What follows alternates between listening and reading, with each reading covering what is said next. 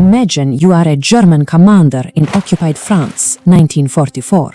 Your scouts report a massive American armored division moving into position on your flank. Thousands of soldiers, hundreds of tanks, radio signals flooding the airwaves. The ground itself seems to tremble.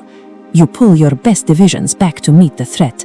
You reposition, you prepare. And then, nothing. No attack comes, because the army you are so afraid of never existed. There were no soldiers, no tanks, no division.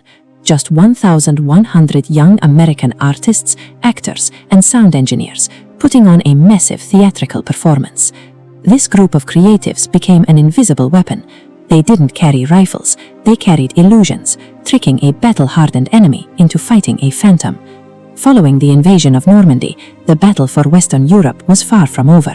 Germany defended every river and road with ferocious determination, creating a brutal stalemate. To stretch the German lines, the Allies activated the 23rd Headquarters Special Troops.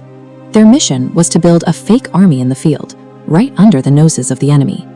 The army recruited architects, actors, and artists like the future painter Ellsworth Kelly. These men understood theater, and they were tasked with making something from nothing. To advance, the Allies needed more than just infantry and armor.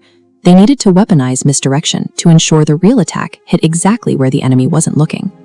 The first layer of the deception was visual. The unit deployed full-scale inflatable rubber replicas of Sherman tanks and artillery pieces. These tanks were light enough for 2 men to carry. In under an hour, they could inflate and position an entire armored division's worth of equipment.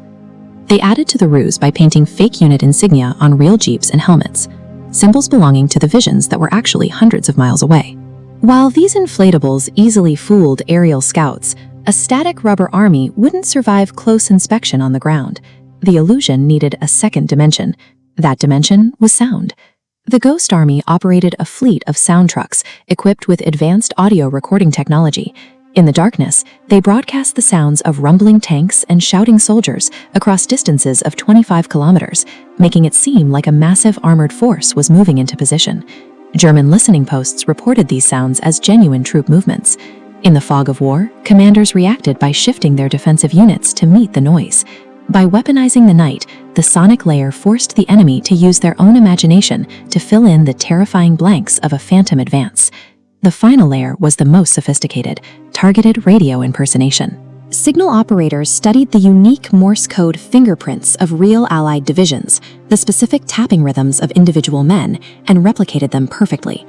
When the Ghost Army hijacked these frequencies, German monitors heard familiar voices and rhythms, convincing them a real division had relocated to a fictional staging ground. By attacking sight, sound, and signals simultaneously, the Ghost Army ensured that when the Germans looked for a threat, they found exactly what the Allies wanted them to see. The ultimate test came in March 1945 at the Rhine River, the final natural barrier before the heart of Germany.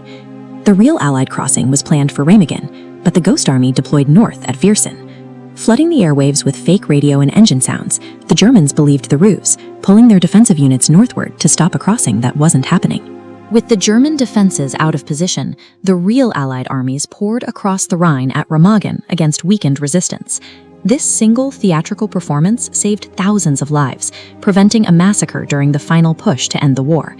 After the war, the 1,100 artists returned to civilian life, with strict orders: tell no one. What you did does not exist. For decades, their families and the public knew nothing of their contribution. Their secret remained classified until 1996. In 2022, the surviving members, now in their 90s, finally received the Congressional Gold Medal for their service. They never fired an offensive shot, yet they saved thousands of lives, precisely because their presence on the front lines was a total, meticulously crafted lie.